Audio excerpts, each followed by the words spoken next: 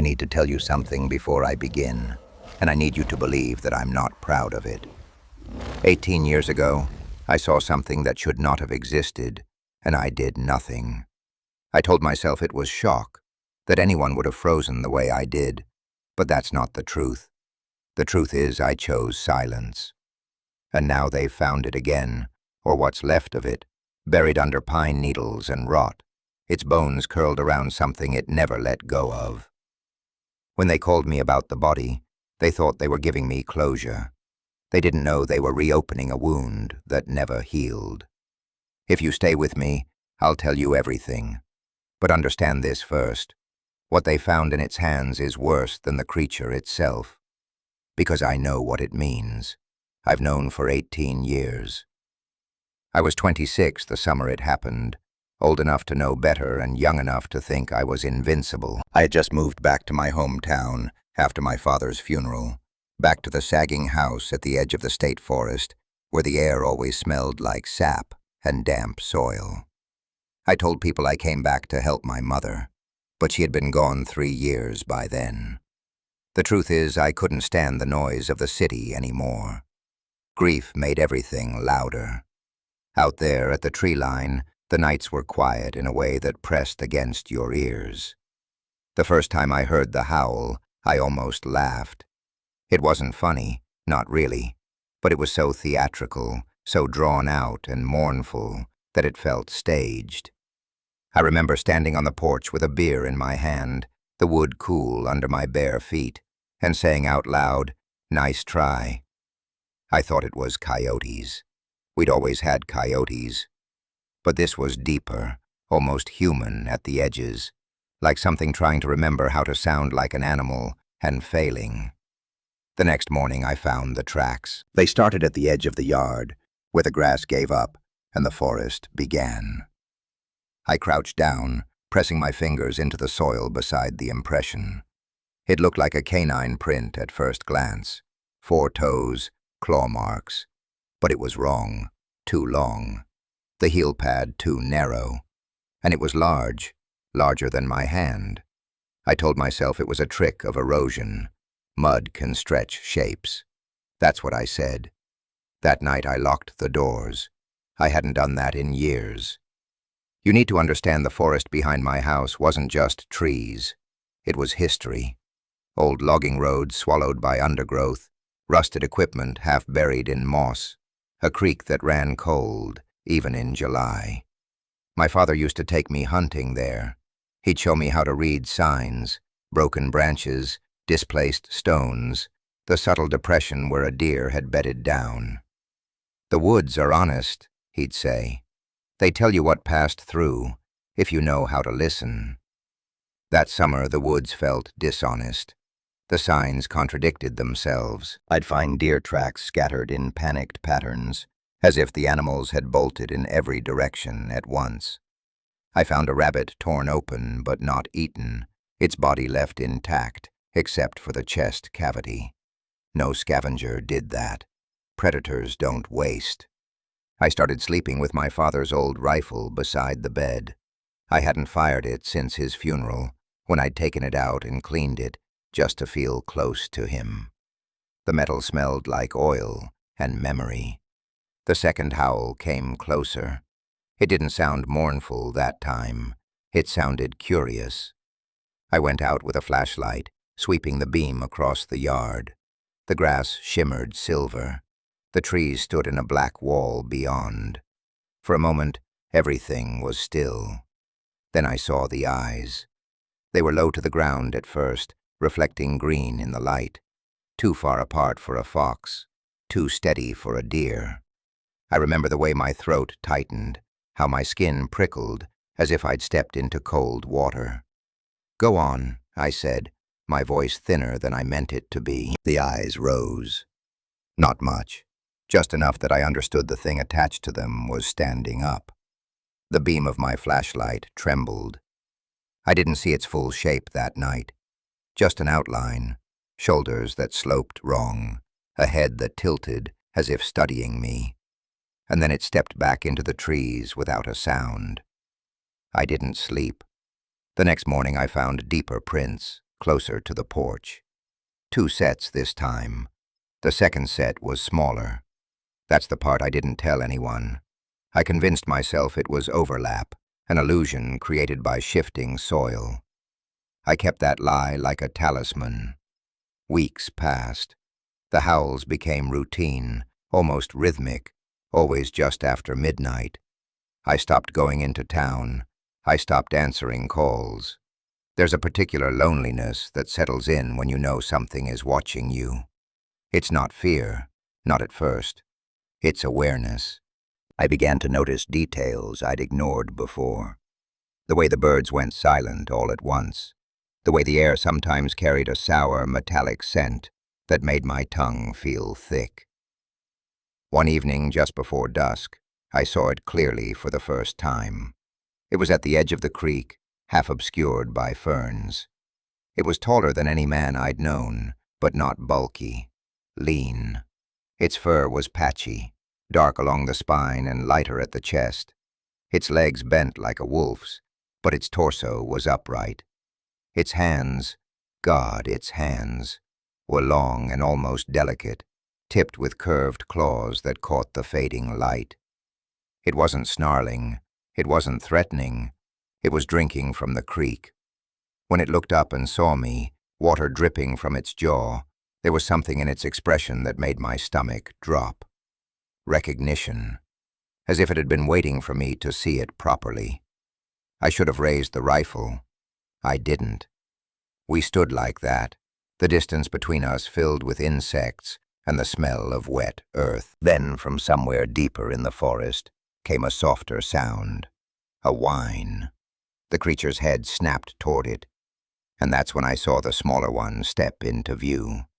It was thin, almost fragile, its fur uneven, as if it hadn't fully grown in.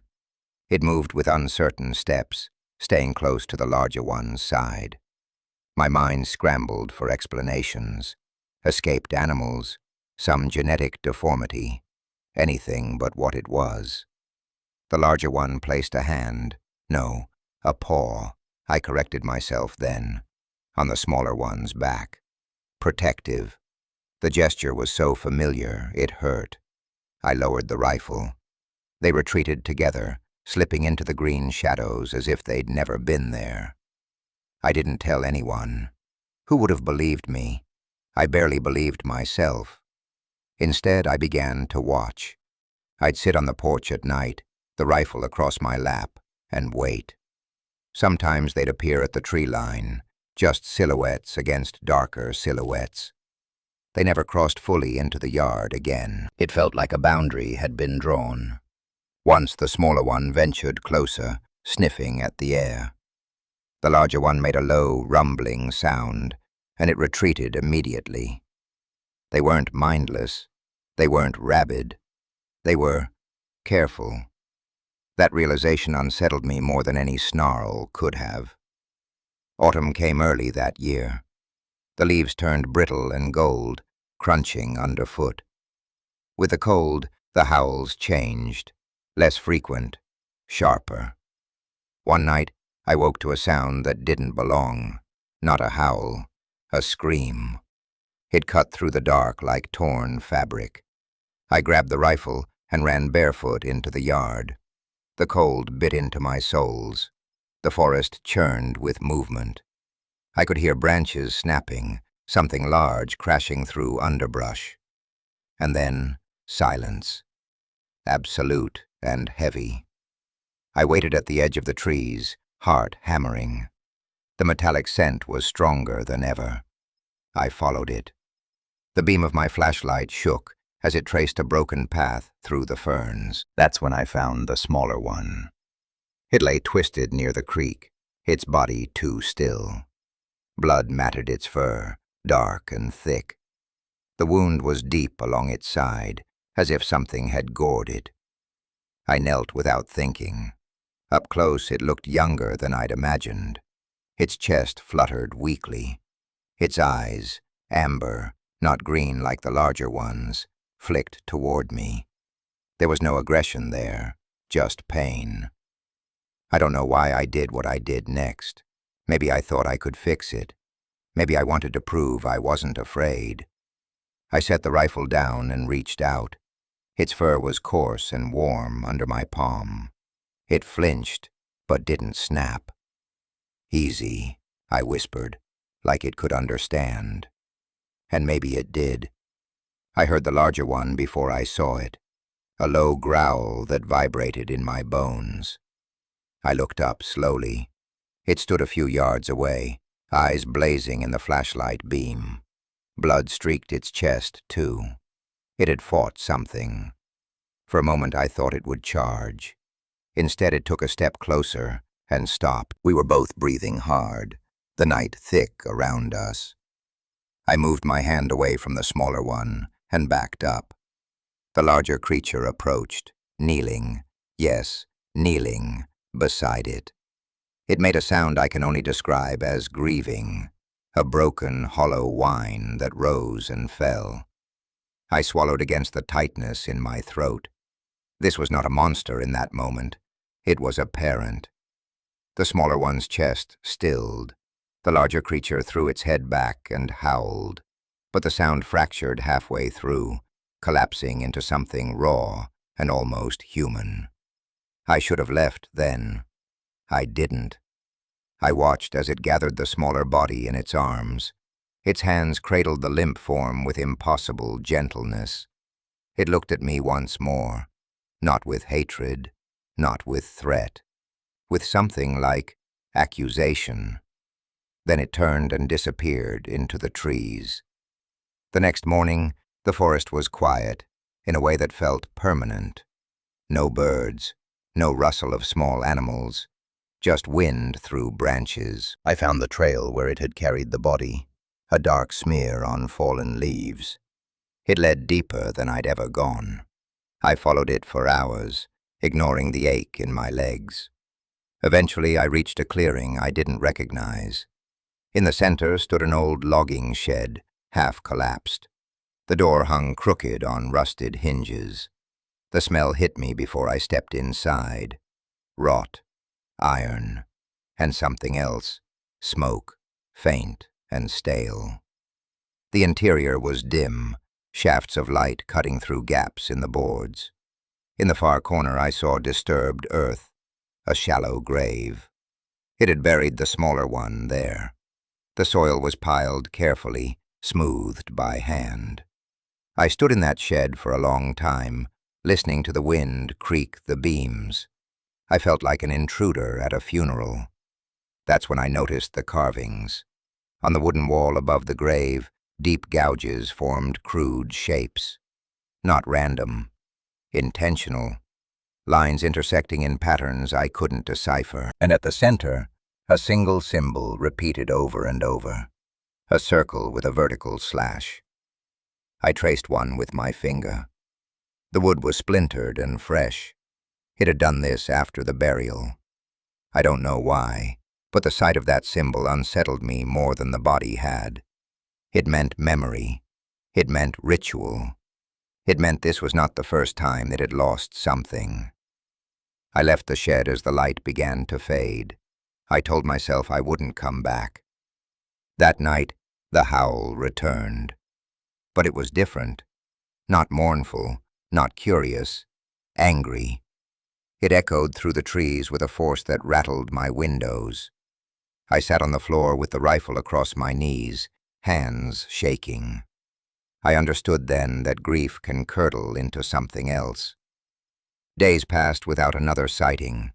The forest slowly resumed its sounds, cautious at first.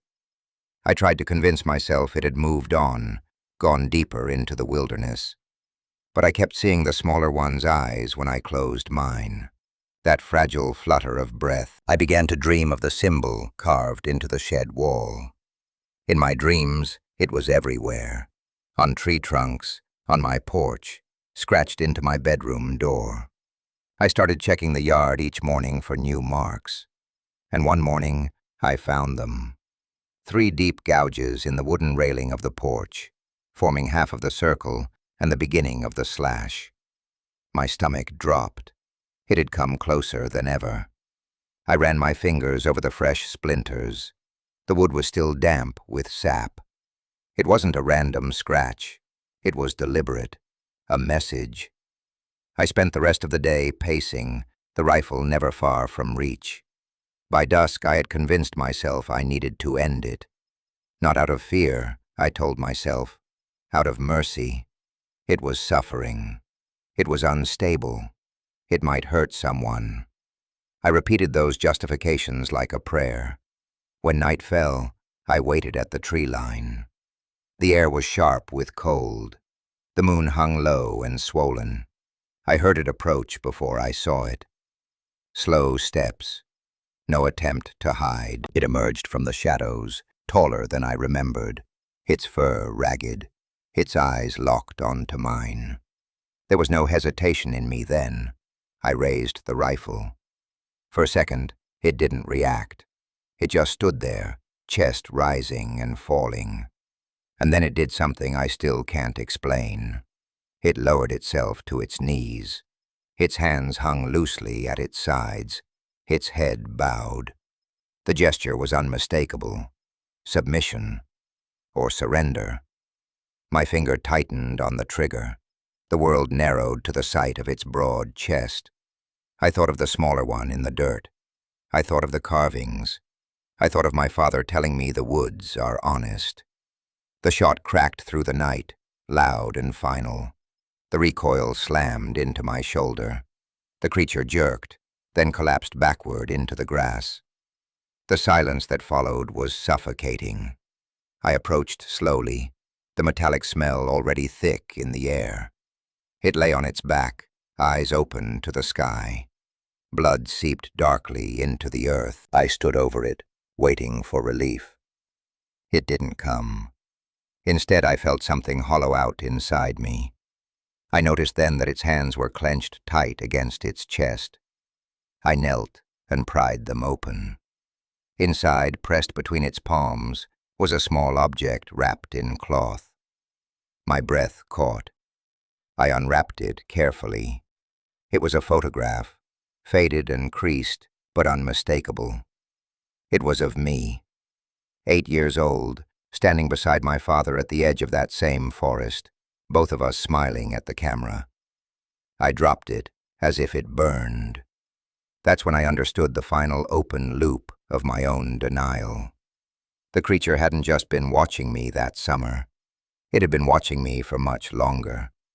And as I stared at the photograph soaking in its blood, I realized I had no idea how it ever got that picture, or why it had held on to it until the moment I pulled the trigger. I didn't burn the photograph.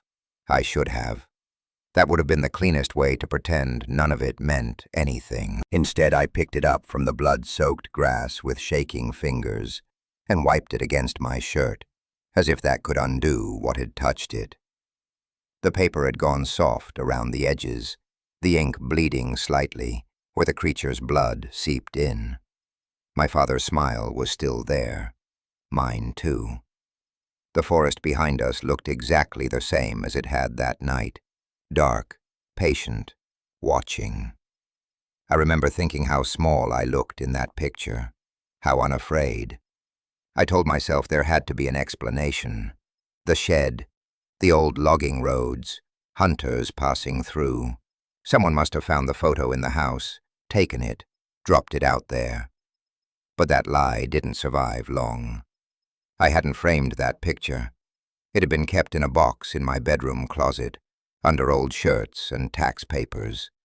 No one had been in that house but me. I became aware of the body at my feet again. The creature lay unnaturally still, its fur stirring slightly in the night breeze. Up close it smelled of earth, and something bitter, like wet iron and smoke. Its eyes were still open. I crouched and closed them with my thumb, an instinct I didn't question. The lids were heavier than I expected. The gesture felt intimate in a way that made my throat tighten. "I'm sorry," I heard myself say. The words slipped out before I could stop them. I don't know who I thought I was apologizing to. It didn't answer. Of course it didn't. I dragged the body toward the tree line before dawn. It was heavier than it looked, all corded muscle and dense bone. My hands kept slipping in blood. The grass flattened in a dark trail behind us. I kept glancing at the house, half expecting lights to flick on in a neighbor's window, even though the nearest house was a mile away. The forest swallowed us quickly. The deeper I went, the colder it felt, even though the air hadn't changed. I found myself heading toward the old shed without consciously deciding to. The clearing opened like a wound in the trees. The door creaked as I pushed it open, the same sour rot greeting me. The grave in the corner remained undisturbed. I avoided looking at it as I laid the larger body down opposite the smaller mound of earth. For a moment, I considered burying it beside the other one. That felt wrong. I didn't know why. Instead, I fetched a shovel from the shed's rusted tools and began digging along the opposite wall. The soil was stubborn, roots tangling around the blade. Sweat slid down my spine despite the cold. I kept seeing the photograph in my mind, its edges curling. After an hour, the hole was deep enough. I rolled the creature into it. The thud it made when it landed will stay with me forever. I stood there longer than I meant to, staring down at it. In death, it looked smaller, less impossible. I almost convinced myself it could pass for some deformed bear if anyone found it. Almost. Before covering it, I hesitated. Its hands were no longer clenched. I had taken the photograph. They lay open now, palms up, empty. Something about that felt wrong, like I had interrupted a ritual. I shook the thought away and began shoveling dirt back over the body. Each scrape of soil against fur sounded too loud in the small space. When it was done, I smoothed the mound with the flat of the shovel, mimicking the care I'd seen in the other grave. My eyes drifted to the carved symbol above the smaller one's resting place. The circle with the slash. Without thinking, I turned and carved the same mark above the fresh mound. The wood splintered under the blade. My hand trembled as I completed the line. I told myself it was to keep things symmetrical, to make it look intentional. The lie tasted sour. When I finally left the shed, the sky was beginning to pale. The forest felt different, not relieved, not calmer, just aware, as if something had shifted its weight. I slept most of that day in broken fragments, waking at every small sound. Each time I closed my eyes, I saw the creature lowering itself to its knees. That gesture replayed over and over. Submission, surrender, or trust. By evening, doubt had begun to creep in around the edges of my certainty. I took the photograph from where I'd left it on the kitchen counter and studied it under the yellow light. The edges were frayed in a way they hadn't been before, not just from the blood, from handling, frequent handling. The back of the photo had faint indentations, as if someone had pressed it against a hard surface repeatedly. I ran my thumb over them and felt a chill spread through me. I flipped it over again. My father's arm rested around my shoulders in the image. His hand was large, protective, the same gesture I had seen in the clearing by the creek. The memory hit me so sharply, I had to sit down. I poured myself a drink with hands that wouldn't steady. I kept telling myself animals mimic what they see. That was all. It had watched us once, long ago. That's how it got the photo. That's how it learned. But that explanation opened another question I wasn't ready to face. When had it been close enough to watch? The following nights were silent. No howls, no movement at the tree line. The quiet felt oppressive rather than comforting. I found myself standing on the porch after midnight, listening for something that would prove I hadn't imagined it all. Nothing came. On the fourth morning after the burial, I noticed something that made my stomach turn. The half-carved symbol on the porch railing, the one I had found before the shooting, had been completed. The circle was whole now. The vertical slash cut cleanly through its center. The wood was freshly gouged, pale against the darker grain. I stared at it for a long time. I had buried it. I had watched it fall. There had been no movement in the forest since. My first thought was denial. Maybe I hadn't noticed the full carving before. Maybe I'd been too distracted. But I knew that wasn't true. I remembered the incomplete curve distinctly. I touched the mark. The edges were sharp, recent. I stepped back slowly, scanning the yard. The trees stood still in the morning light, innocent and green. A breeze rustled leaves. Somewhere in the distance, a bird called. Everything looked normal. That was the worst part. I walked the perimeter of the house, rifle in hand, every sense stretched thin.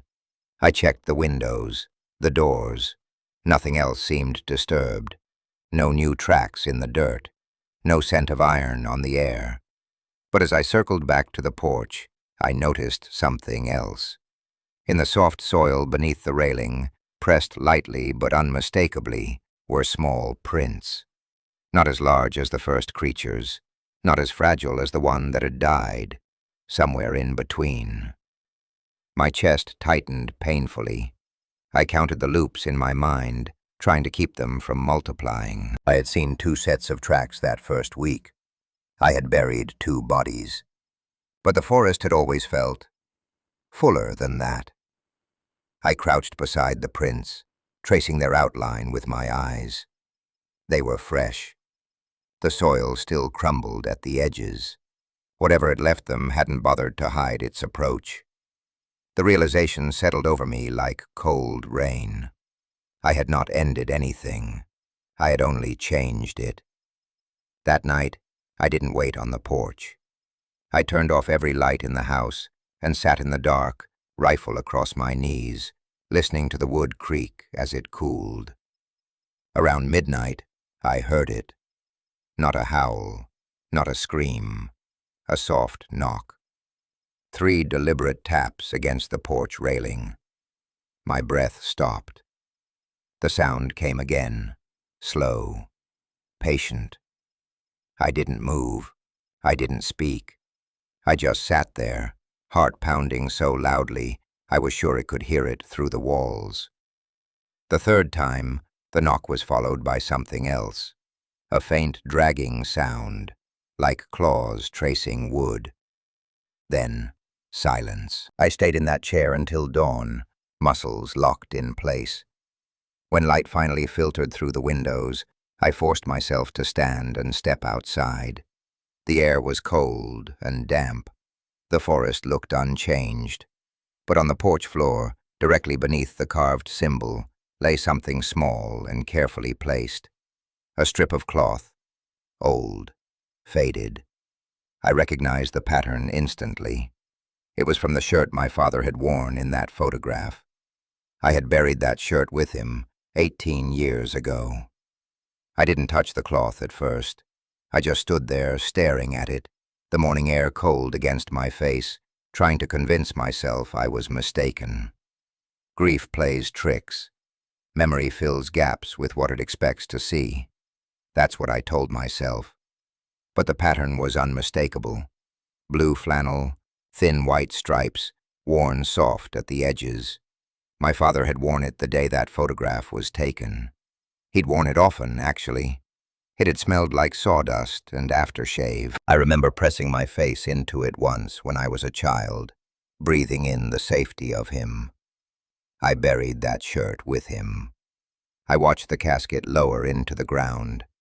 I remember the sound of dirt hitting polished wood. So how was a strip of it sitting on my porch? I crouched slowly, as if approaching a wounded animal. The wood beneath my feet creaked. The forest remained still. I picked up the cloth between 2 fingers. It was damp with dew, but older than it should have been. Threads frayed in a way that suggested time, not a fresh tear. I turned it over in my hand. There was no blood on it, no dirt. It had been placed carefully, deliberately. a gift, or a warning. My throat felt tight as I stood back up and looked toward the tree line. The trees seemed closer than usual, their shadows longer even in the morning light. I waited for movement, for eyes reflecting back at me. Nothing stirred.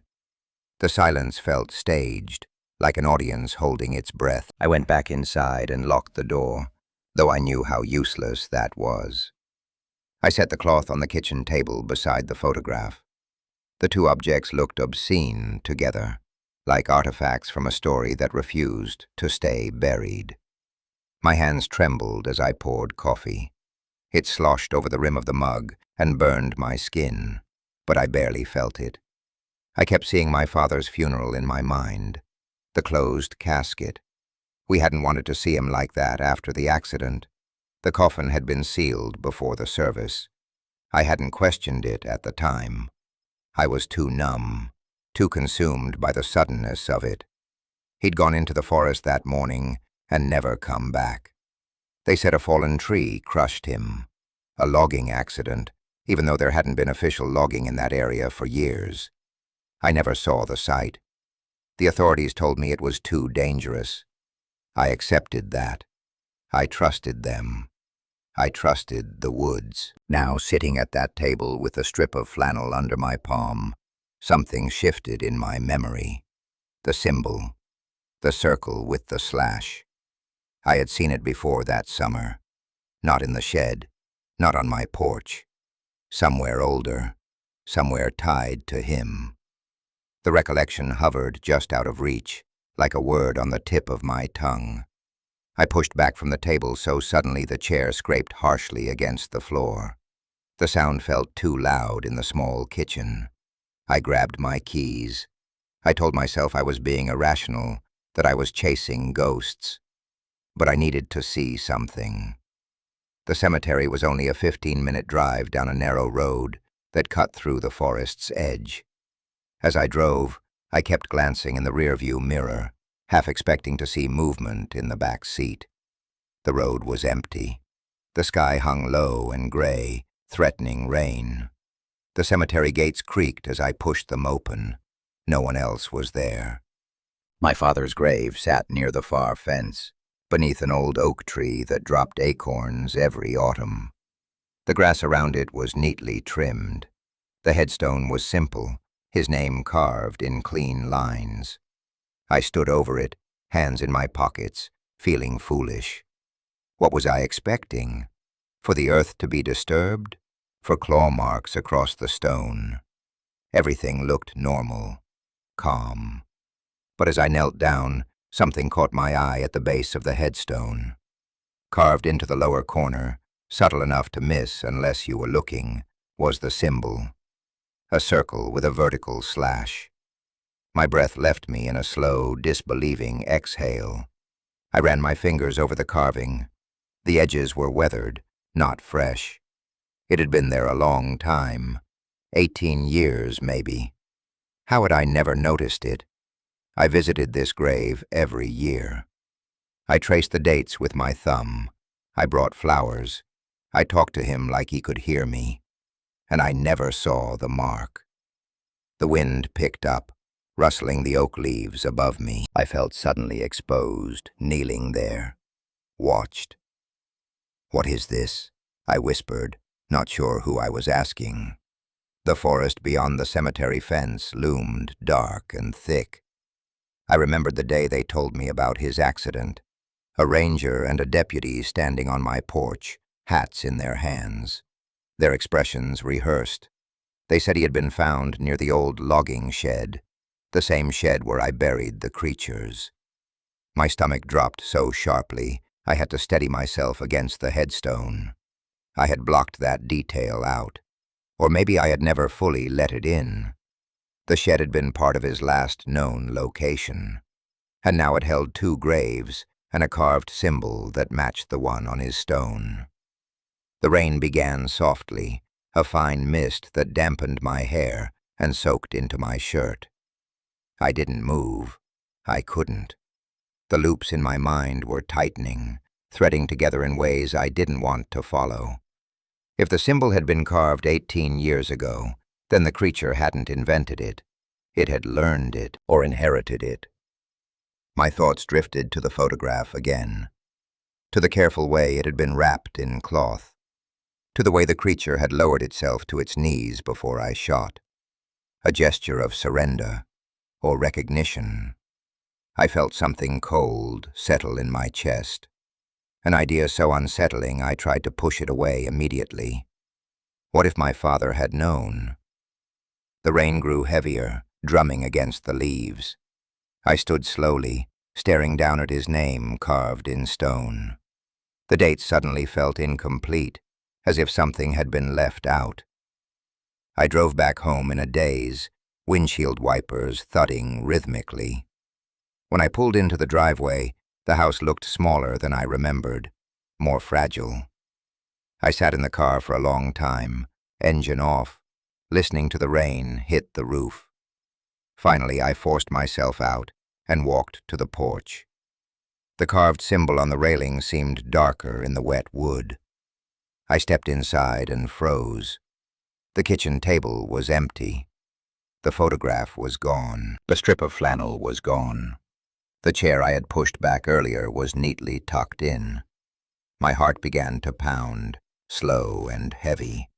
I hadn't left the door unlocked. I was certain of that. I moved through the house methodically, rifle raised, checking each room. The bedroom, the bathroom, the closet where the photograph had once been stored. Nothing appeared disturbed. No broken windows, no forced entry. Just absence. When I returned to the kitchen, I noticed something I had missed in my panic. On the table's surface, carved directly into the wood, was the symbol again. But this time, the vertical slash extended beyond the circle, cutting downward in a long, deliberate line. And beneath it, etched in uneven strokes, was a single word. Mine.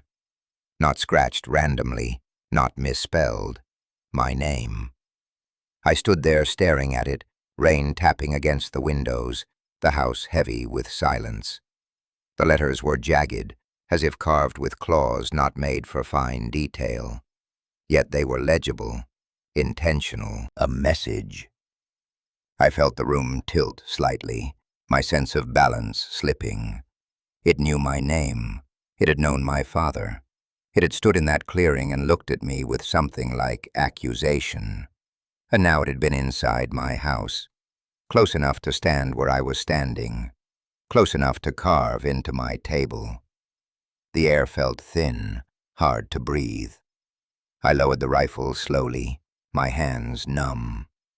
Somewhere in the forest beyond the rain-streaked windows, a howl rose, low, steady, and unmistakably different from the ones before. Not angry, not mournful, calling. I didn't go outside when I heard the howl that night. I wanted to. God help me, part of me wanted to open the door and step into the rain and demand answers from the dark, like a child shouting at thunder. But I stayed where I was, standing in the kitchen with my name carved into the table in front of me. The letters looked wrong in that wood, too raw, too deliberate. I reached out and pressed my fingers into the grooves. They were deep, not the kind of marks an animal makes by accident. The rain intensified, tapping against the windows in uneven bursts. The house smelled damp, old wood swelling in the moisture. I felt like it was breathing with me, slow, uneasy. The howl came again, closer this time, not from deep in the forest, from the edge of the yard. I moved to the living room window and parted the curtain just enough to see the tree line. The world beyond the glass shimmered with rain. For a moment, there was nothing. Then I saw movement, a shape stepping out from between the trunks, smaller than the one I had killed, leaner. Its posture was upright but not fully steady, as if it was still growing into its limbs. My chest tightened painfully. The prints in the soil, the third set. I hadn't imagined them. It stepped forward into the faint glow spilling from my house. Its fur was darker than the others, almost black when wet. Its eyes caught the light, amber, like the smaller one that had died. It didn't bare its teeth. It didn't crouch to spring. It simply stood there in the rain and looked at the house, looked at me. I froze, barely breathing. There was something in its stance that felt eerily familiar. Not aggressive, not fearful, expectant, as if it had come for a conversation. The thought made my stomach twist. Slowly, deliberately, it lifted one hand. Long fingers extended, claws curved and pale at the tips. And then, in the air between us, it traced a shape. A circle, then a downward slash. My vision tunneled. It wasn't random scratching. It was communication. My knees felt weak. "What do you want?" I whispered, though the glass muffled my voice. The creature's head tilted slightly to one side. The same gesture the larger one had made that first night with the flashlight. Recognition flickered again. I realized with a creeping dread that it wasn't studying the house. It was studying me. The rain softened to a mist. The creature lowered its hand and took a single step closer to the porch. Not crossing the boundary, just testing it. I felt a memory stirring, unbidden. My father standing at that same window years ago, staring out into the dark longer than necessary.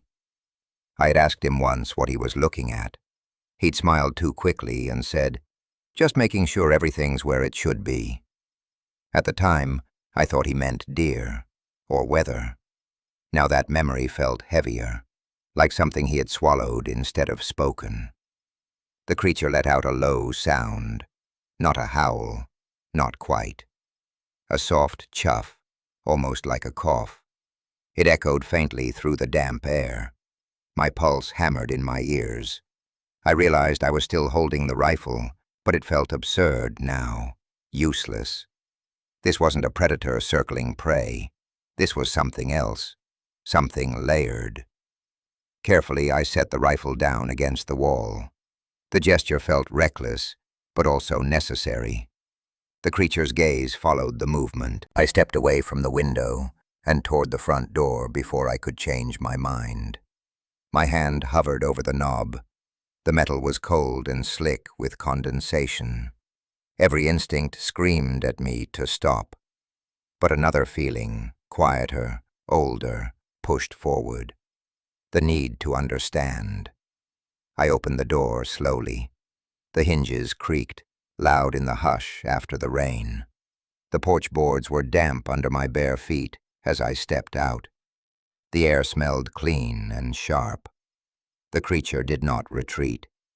We stood facing each other across the yard, maybe 20 feet apart, close enough that I could see the subtle rise and fall of its chest, close enough to notice the faint scar running along its shoulder.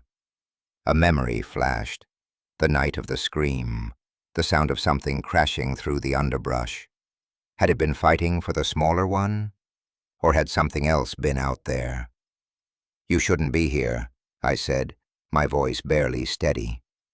The words felt thin, inadequate. The creature's ears twitched at the sound. It took another step forward. The porch boundary was now only a few feet away. My heart thudded painfully. I noticed then that its hands were empty. No photograph, no cloth. Just long fingers flexing slowly, as if testing the air. It looked younger than the one I'd killed. Not a child, not fully grown. In between. I felt a sickening weight settle in my stomach. 18 years ago. My father's death. The burial near the shed. The symbol on his stone. The photograph in the creature's hands. The loops were no longer separate. They were braiding together into something I didn't want to see clearly. The creature's gaze shifted past me briefly, toward the interior of the house, then back to me. And in that look, I felt something unmistakable. Not hatred, not even accusation, expectation, as if it believed I owed it something. The wind picked up, brushing damp leaves across the yard. I swallowed hard. "I don't understand," I said. The confession slipped out before I could stop it. Its head tilted again. Slowly it raised its hand once more. But this time, instead of tracing the symbol, it pointed. Not at me, not at the house, past me, toward the forest road leading deeper into the trees. A cold shiver ran down my spine. It held the gesture for several long seconds, then lowered its arm. It didn't move closer. It didn't retreat. It simply waited. The message was painfully clear. Come. My mouth went dry. The forest behind it looked darker than usual, shadows thick, even in the weak evening light. I thought of the shed, of the 2 graves, of my father's supposed accident near that place, of the way the larger creature had knelt before I shot. Submission, or an offering. What if I had misunderstood the entire exchange? What if it hadn't been surrendering at all? The creature took one slow step backward toward the trees, not turning its back on me, maintaining eye contact, inviting. The distance between us widened by inches. My pulse raced. Every horror story I'd ever heard warned against following something into the woods. But this wasn't a campfire tale anymore. It was my life, my father's death, my own hands covered in blood. The creature stepped back again, and again, each movement measured, patient. I felt the weight of the house behind me, suddenly oppressive. A shell filled with carvings and absence. The forest, for all its darkness, felt honest in a way the walls did not. I took a tentative step off the porch. The wet grass chilled my feet instantly. The creature paused, watching. I took another step. The distance between us shrank slightly. My breathing sounded too loud in my ears. "If this is a trap," I muttered, not sure who I was speaking to, "then I guess I deserve it." The words surprised me with their sincerity. Guilt has a way of eroding self-preservation. The creature turned slowly and began walking toward the trees. Not running, not darting, walking. I followed. Each step felt like crossing a line I couldn't uncross. The yard gave way to the tree line, branches brushing against my shoulders. The air under the canopy was colder, thick with the smell of wet bark and soil. The last of the light faded quickly behind us. The creature moved with quiet certainty, weaving between trunks, stepping over roots. I struggled to keep up, my human footing clumsy by comparison. Every snapped twig under my feet sounded like a gunshot. It did not look back to check if I was still there. It seemed to know I would be. As we moved deeper, I noticed something unsettling. The forest wasn't reacting to its presence the way it once had. No frantic scattering of animals, no sudden silences. The woods felt accustomed, as if this path had been walked many times before. A realization struck me mid-step. My father had known these woods intimately. He had taken me along these same trails. I recognized a bent birch tree ahead, scarred by lightning years ago. We were heading toward the old logging shed. My throat tightened painfully. The creature slowed as the clearing came into view. The broken structure loomed ahead, darker against the fading sky. My stomach churned. It stopped at the edge of the clearing and turned to face me. Its amber eyes reflected the last sliver of light. Then, without hesitation, it stepped aside and gestured toward the shed door. The message was no longer subtle. Whatever answers waited for me were inside.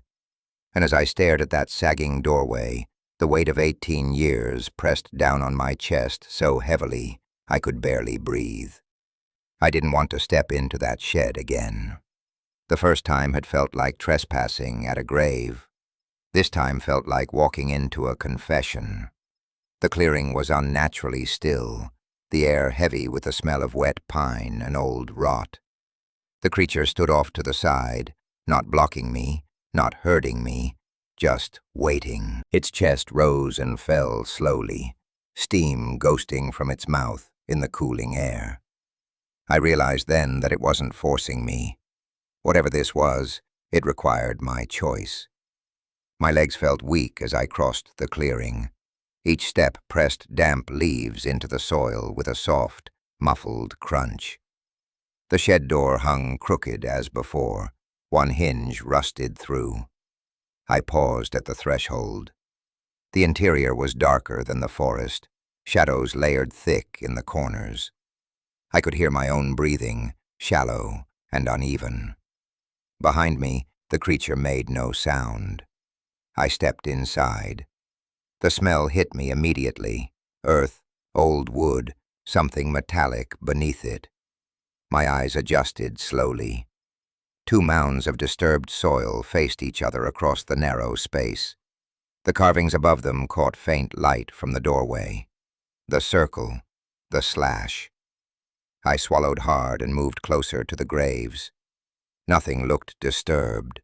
The dirt remained smooth, undisturbed since I'd leveled it. For a brief, desperate moment, I wondered if this had all been about grief, if the creature had brought me here simply to look at what I'd done.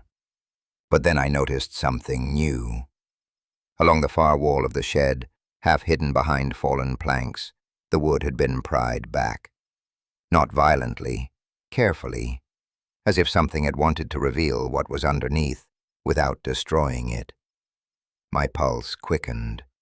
I stepped toward it slowly, crouching to pull the loose boards aside. The wood scraped against itself with a dry, splintering sound. Beneath the boards, carved deep into the inner wall, were more symbols. Dozens of them, layered over one another, some older and faded, others sharp and recent. The same circle and slash repeated again and again. But interwoven among them were other marks, lines branching outward, smaller circles clustered near larger ones. My mind struggled to interpret it. It wasn't random. It was a record, a history. My throat tightened as I noticed something else carved into the wood. Crude shapes that resembled figures. Tall forms with elongated limbs, smaller ones beside them. Some crossed through with deep gouges. My stomach turned. I reached out and traced one of the older carvings. The grooves were worn smooth with time. This had been here long before I buried anything, long before that summer. "This was already yours," I whispered, though I didn't know if I meant the shed or the forest itself. A faint sound behind me made my heart leap into my throat. I turned slowly. The creature had stepped into the doorway, but remained outside the direct shadow. It didn't advance. Its eyes flicked to the carvings, then back to me. It lifted its hand and pressed its palm flat against its own chest, then lowered it and pressed its palm gently against the doorframe. The gesture was simple, belonging. I felt something inside me shift painfully. My father's voice echoed in my memory. "The woods are honest." He had said it so often, like a lesson meant to stick. What if he hadn't been teaching me about deer tracks or weather patterns?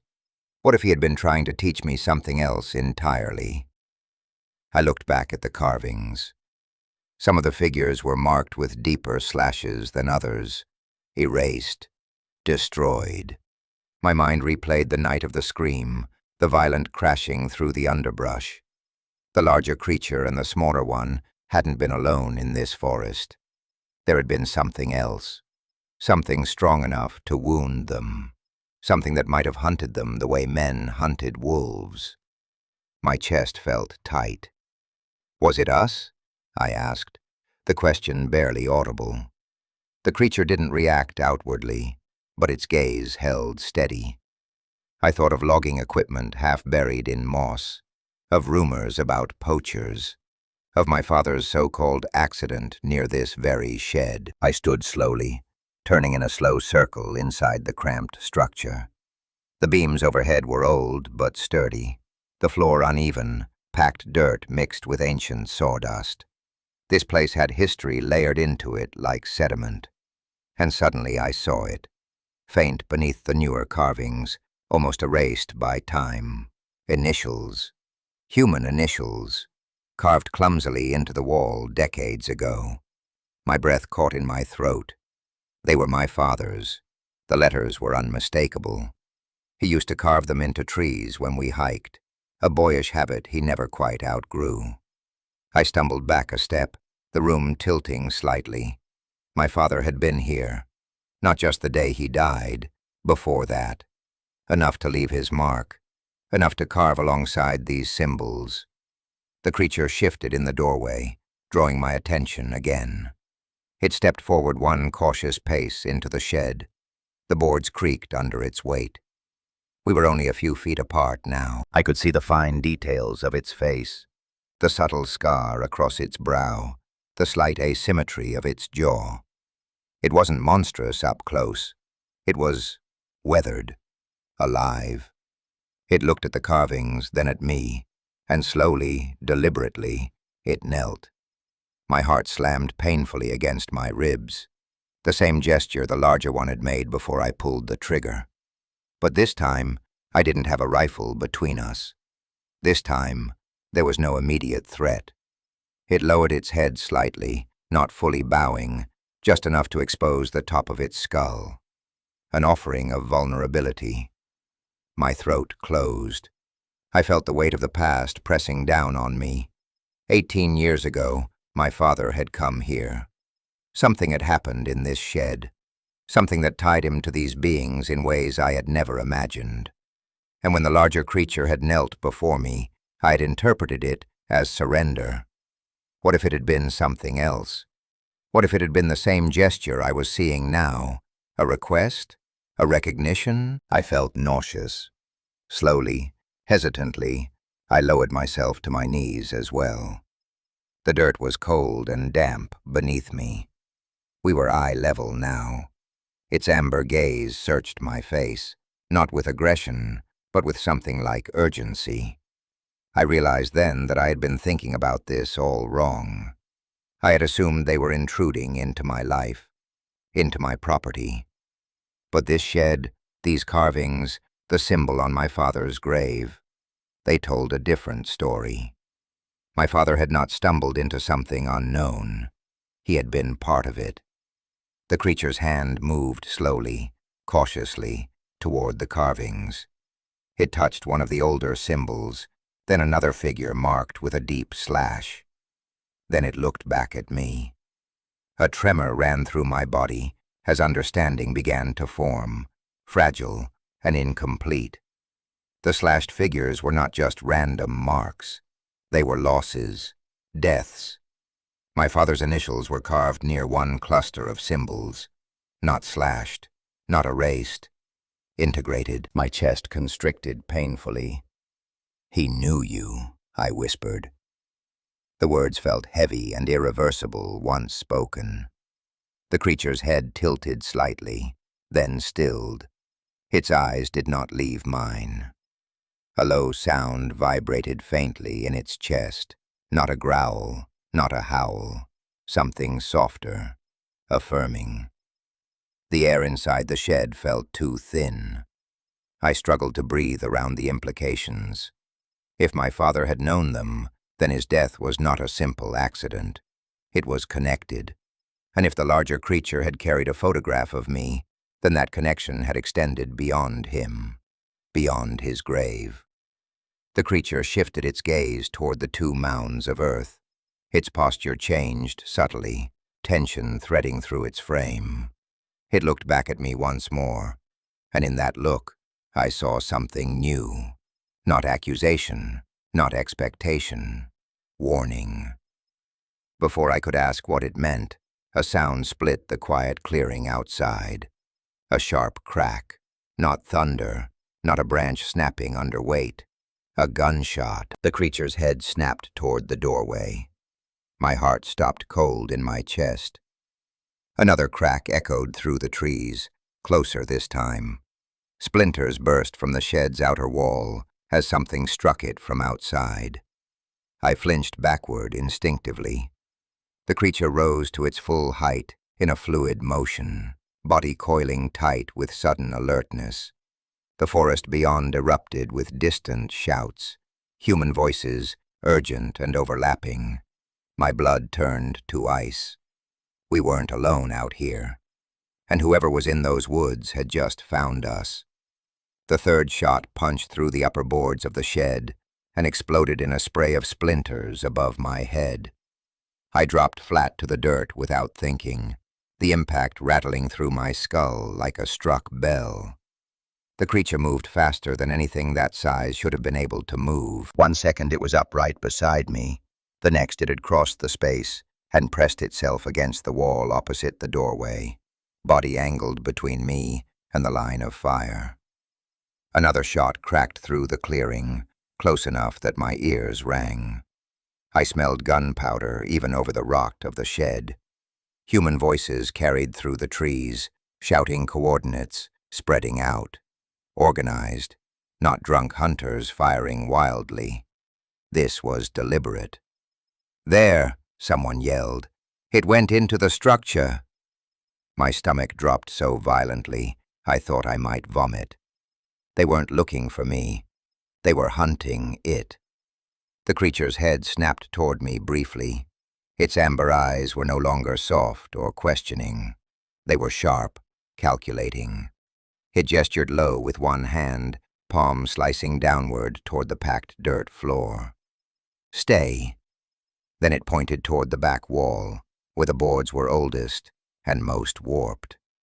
Another shot struck the doorframe, tearing wood away in a violent burst. Light streamed through the new hole like a spotlight. I heard boots pounding across the clearing outside. The creature crouched and gripped one of the loose planks I'd uncovered earlier.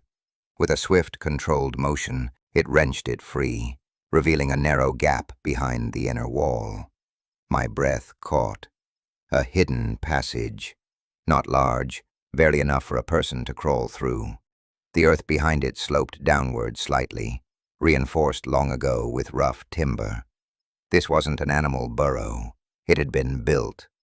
The implication hit me like a physical blow. My father's initials carved into the wall. The shed positioned near his supposed accident. The concealed tunnel. He hadn't just known about them, he had helped them. Another gunshot thundered, this one close enough that dust sifted down from the beams overhead. A voice barked, "Set up on both sides. It won't have anywhere to go." The creature seized my wrist, not roughly but firmly, and pulled me toward the opening. Its grip was hot, claws pressing just enough to hurt without breaking skin. I hesitated for a fraction of a second, glancing back at the two graves. Guilt surged through me so sharply, it blurred my vision. "I buried you here," I whispered, absurdly, as if apology could mend anything. The creature's grip tightened. No time. It shoved me toward the gap. I dropped to my knees and crawled into the narrow passage. The earth was cold and damp against my palms. I could hear my own breathing echoing in the confined space. Behind me, the creature followed, pulling the plank back into place with a muted thud. Darkness swallowed us almost completely. The only light filtered faintly through cracks in the wood behind. Then came the sound of boots entering the shed, heavy, confident. "Watch the corners," someone muttered. The beam of a flashlight sliced through gaps in the boards, thin spears of white cutting across the dirt floor. I froze, barely daring to breathe. The tunnel was so tight, my shoulders scraped the timber supports. The creature shifted behind me, its body curved protectively along the narrow slope. Another voice spoke, closer now. "2 mounds here." A pause. Jesus. My pulse roared in my ears. I imagined them scraping away the dirt, uncovering what I had hidden. Another voice. Old. Weeks at least. A boot scuffed near the wall above us. Dirt sifted down into my hair. I clenched my teeth to keep them from chattering. "No blood trail out," someone said. "It's still here." The flashlight beam lingered dangerously close to the plank, concealing us. I felt the creature's breath against the back of my neck, steady, controlled, not panicked. It had done this before. It knew this game. A sharp metallic click sounded, followed by the distinct snap of a camera shutter. Documentation, evidence. They weren't random hunters. They were collecting proof. A heavy object struck the wall suddenly, testing it. The plank above my head groaned. My heart stopped entirely for one suspended second. Solid, the voice concluded after a moment. Boots shifted again. Sweep the perimeter. The footsteps retreated gradually, then more distantly. The shed door creaked. For a long time, there was only the sound of wind pushing through the clearing, and my own ragged breathing. I didn't move. I didn't trust the silence.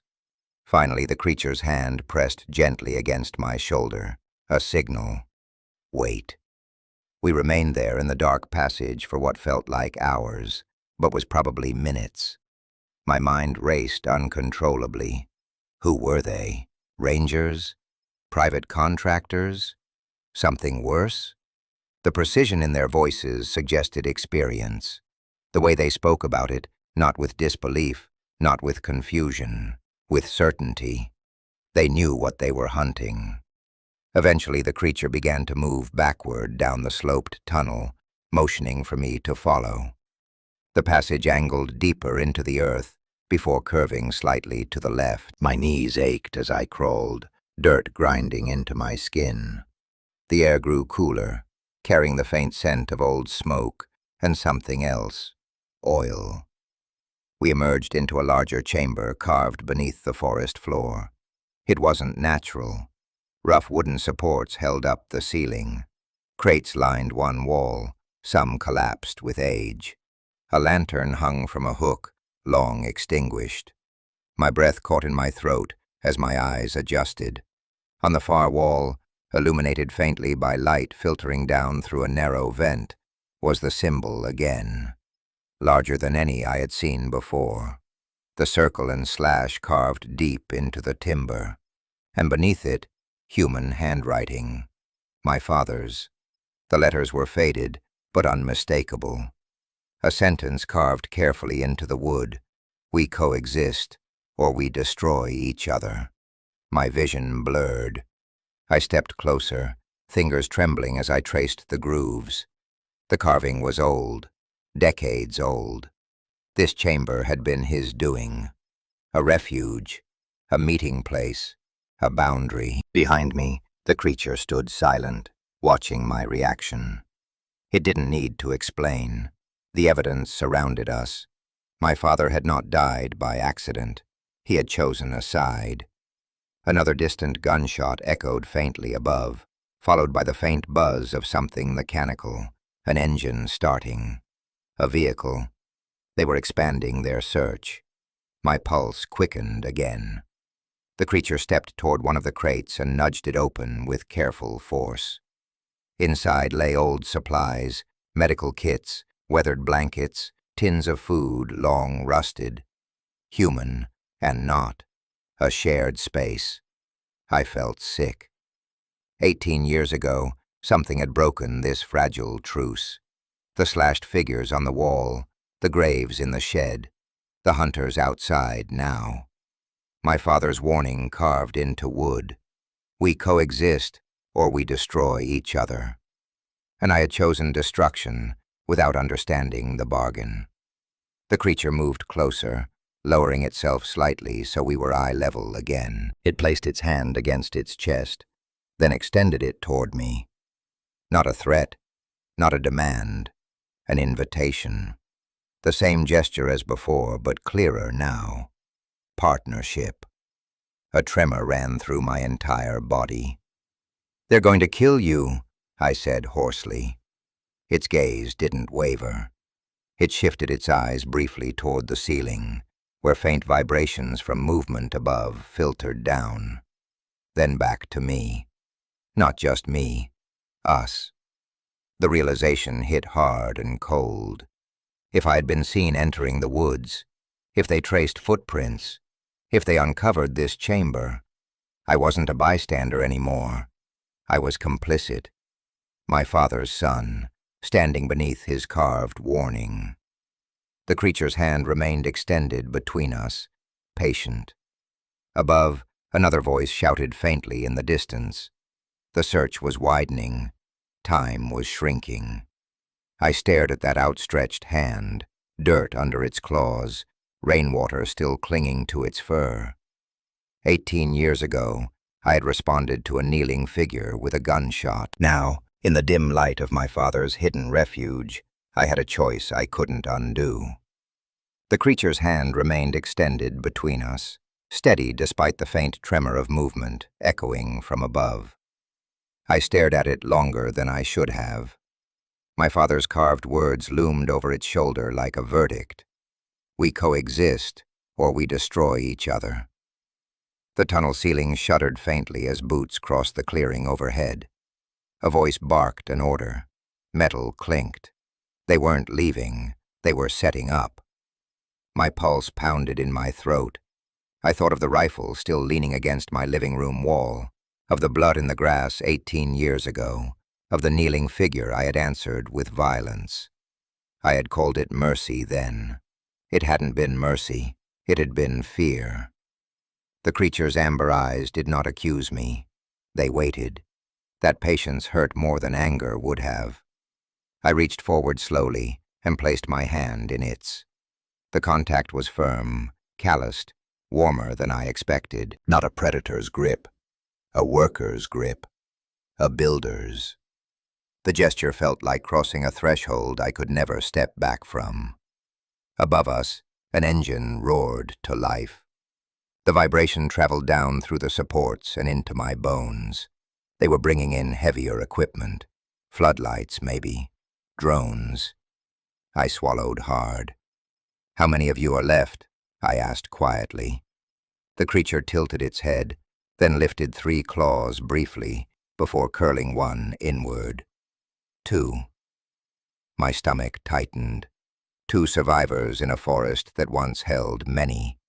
The slashed figures on the wall made sudden, terrible sense. My father's warning hadn't been poetic. It had been literal. The creature released my hand and moved toward a narrow corridor branching off the chamber. It paused, looking back to ensure I followed. I did. The corridor angled upward gradually, reinforced by older timber. As we moved, I noticed faint scratch marks along the walls, small ones, overlapping larger gouges.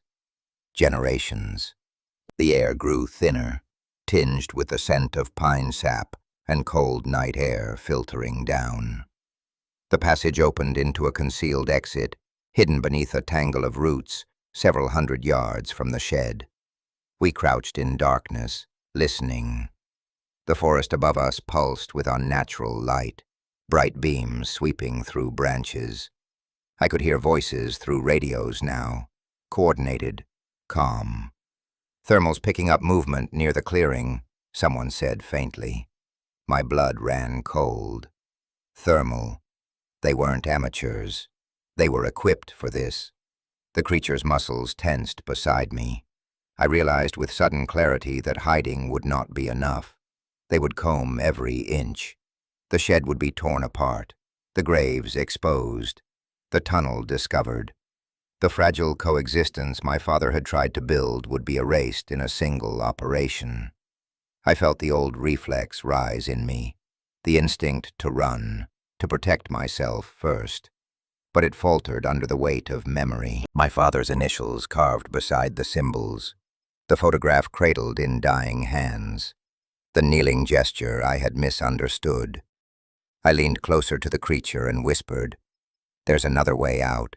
Old service road beyond the creek. It's overgrown, but it connects to the northern ridge." It watched my mouth carefully, as if parsing each word by rhythm rather than language. Then it nodded once. We moved, keeping low, weaving through brush, staying within shadows cast by the unnatural floodlights. The beams cut through the trees in harsh, white slices, turning the forest into a stage. I could see at least 6 figures in tactical gear near the clearing, rifles raised. One of them stood near the shed door, speaking into a headset. "Structure's compromised. We'll flush it if we have to." Flush. My chest constricted. Fire. The creature paused behind a fallen log as a drone buzzed overhead, its red indicator blinking like an unblinking eye. I pressed myself into the damp earth, the smell of moss filling my lungs. The machine hovered briefly, then drifted toward the clearing again. We moved faster after that, angling toward the creek. The water's sound masked some of our steps. I risked a glance back. 2 figures were advancing along a parallel line, sweeping the forest methodically. They were closing the perimeter. My pulse thundered. The creature slipped into the creek first, submerging its lower body to disrupt thermal tracking. I followed, the icy water biting into my legs. The cold stole my breath. We moved downstream slowly, careful not to splash. Above us, a flashlight beam skimmed across the surface briefly before shifting away. My teeth chattered, despite my effort to stay silent. The creature glanced at me once, assessing, not impatient, calculating my limits. After several tense minutes, we emerged on the far bank near the overgrown service road. The path was nearly invisible beneath brambles and fallen limbs. I hacked quietly at the worst of it with a rusted tool half buried near an old stump, a relic from my father's time.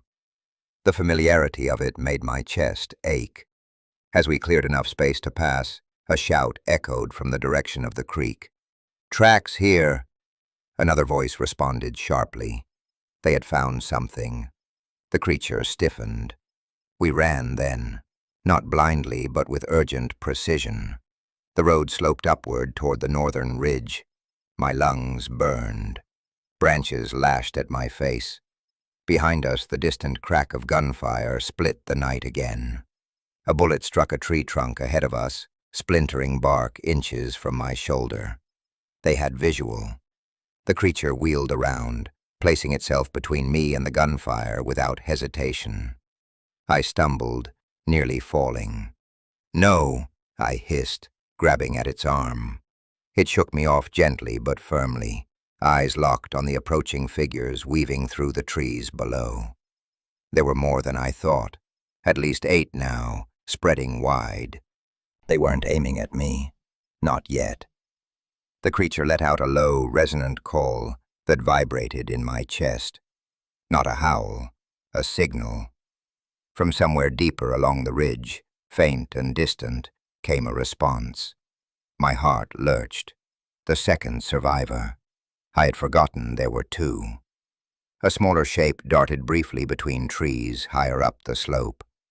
Relief flashed across the creature's face so openly, it hurt to see. It turned back to me once more. In its gaze was something I recognized too well. The same look the larger one had given before kneeling. Not surrender. Protection. "Go," I whispered hoarsely. "I'll draw them." The words came from somewhere deeper than fear. From guilt. From responsibility. The creature hesitated only a second before nodding sharply. It pivoted and bounded up the ridge toward the smaller shape, moving with impossible speed. Gunfire erupted immediately, sharp cracks tearing through the forest. I stumbled downhill deliberately, crashing through brush to make noise. "Hey!" I shouted, my voice breaking. "Down here!" Flashlights swung toward me. "Drop your hands!" someone barked. I complied, raising them slowly, heart slamming. The hunters emerged from between trees, weapons trained on my chest. Their uniforms were unmarked, no insignia. One stepped forward, visor reflecting my terrified face. "You alone?" he demanded. I swallowed. The truth balanced on the edge of my tongue. My father's warning echoed again. We coexist, or we destroy each other. "Yeah," I said finally, forcing steadiness into my voice. "I heard shots. Came to see what was happening. The lie tasted bitter, but necessary. The man studied me for a long moment. Behind him, another voice crackled over a radio. Movement lost near the ridge, thermals confused. Confused. Good. The man lowered his rifle slightly, but did not relax. "This area's restricted," he said flatly. "You didn't see anything tonight." It wasn't a question. I held his gaze. "Didn't see a thing." He searched my face for hesitation. I gave him none. After a tense pause, he gestured to the others. "Sweep once more, then pull back." The lights gradually receded. The gunfire ceased. Engines roared faintly in the distance. I stood alone on the slope, hands still raised long after they had turned away. My legs felt like they might give out. The forest slowly reclaimed its natural darkness. When I finally lowered my arms, the silence felt fragile. I waited there for what felt like an hour.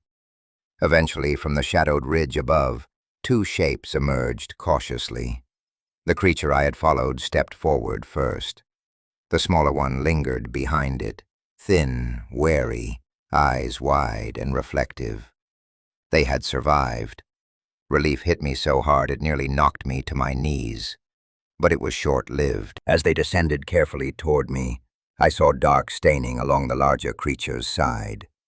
A bullet wound. Not clean, not minor. My breath caught painfully.